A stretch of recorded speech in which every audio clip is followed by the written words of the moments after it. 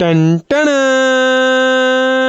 হে guys, আমি Sandeep and welcome to my channel ল্যাথখোর সন্দীপ। আজকে ছিল 15ই ডিসেম্বর রবিবার, আর যেহেতু ছিল একটা বিয়ে বাড়ির ইনভিটেশন, তাই সকাল সকাল 12টার সময় ঘুম থেকে উঠে, সরি মাফ করবেন, দুপুর 12টার সময় ঘুম থেকে উঠে আমি আর সৌমেন চলে আসলাম বিয়ে বাড়িতে। আর বিয়ে বাড়িতে এসে দেখি বর সৌরভ দা এখানে বৃদ্ধিতে ব্যস্ত। বৃদ্ধি কমপ্লিট হওয়ার পর আমরা চলে আসলাম সৌরভ দাদের ছাদে, সৌরভ দার যেখানে গায়ে হলুদ হবে। কিন্তু সত্যি কথা বলতে সৌরভ দার গায়ে হলুদের জায়গাটা খুব সুন্দরভাবে ডেকোরেট করেছিল। তারপর কিছুক্ষণ পরেই সৌরভ দাদের বাড়ির লোক বেরিয়ে গেছিল জল ভরার উদ্দেশ্যে। তারপর এখানে গায়ে হলুদ পর্ব কমপ্লিট করে জয়দা, লালুদা সৌরভ দাকে বিয়ার দিয়ে বিয়ার পর্ব কমপ্লিট করছিল।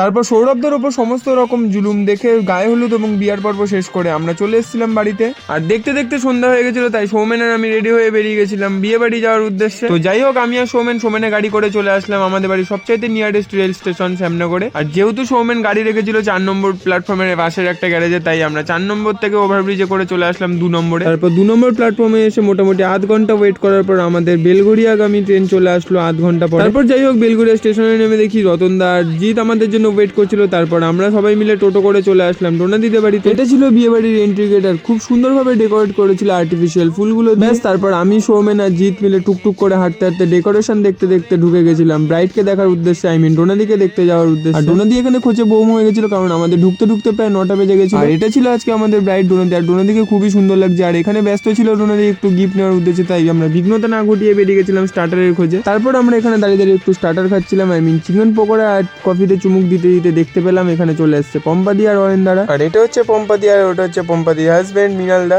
তারপর পম্পাদিতে ঢোকার কিছুক্ষণের মধ্যে চলে আসলো বর সৌরভ। আর ওদিকে ডোনাদিতে বাড়ির লোক সৌরভদাকে বরণ করে ধরে রেখেছিল গেট, তাই আমরা এদিকে একটু সুযোগ পেয়ে করে নিচ্ছিলাম ভিডিও। আর এটা হচ্ছে জয়দার আলুদা। তারপর এখানে মোটামুটি 1080খানা সিঁড়ি পার করে আধ ঘন্টার মতো লাইনে দাঁড়িয়ে আমরা চলে গেছিলাম সৌরভদাকে দেখার উদ্দেশ্যে। আর সৌরভদা ভেতরে ওখানে তার শালাদের সাথে ডিল ফাইনাল করছিল যে কত টাকা দিলে তার জুতো দেবে এবং কত টাকা দিলে গেট ছাড়বে। ব্যাস, তারপর সৌরভদা ওখানে ডিল কমপ্লিট করে চলে গেছিল বিয়ে করার উদ্দেশ্যে, তাই আমরা সবাই একটু চলে এসেছিলাম ফটোশুট করার উদ্দেশ্যে। তারপর দেখতে পেলাম আমরা ওয়ার্ল্ড ওয়াইড ফটোগ্রাফার শুভদা এখানে ব্যস্ত হয়ে পড়েছিল পম্পাদি আর মৃণালদা ফটো তুলে দেওয়ার জন্য। তারপর ওখানে আমরা মোটামুটি কিছুক্ষণ ধরে ফটোশুট করার পর ডিরেক্ট চলে আসলাম বিয়ের মণ্ডপে। আর এখানে চলছিল শুভ দৃষ্টি পর্ব।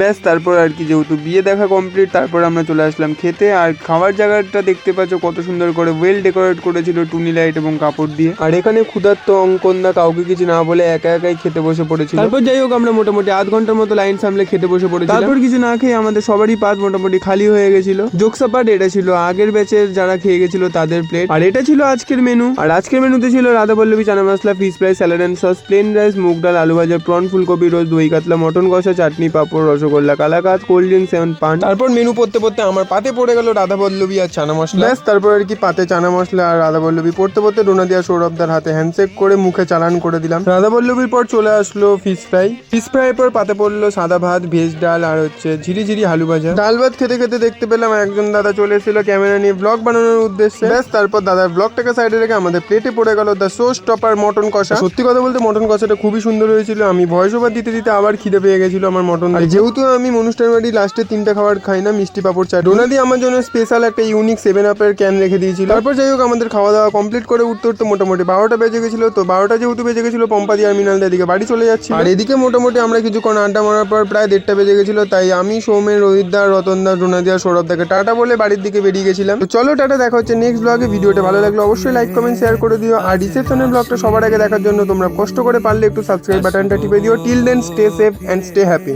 টাটা।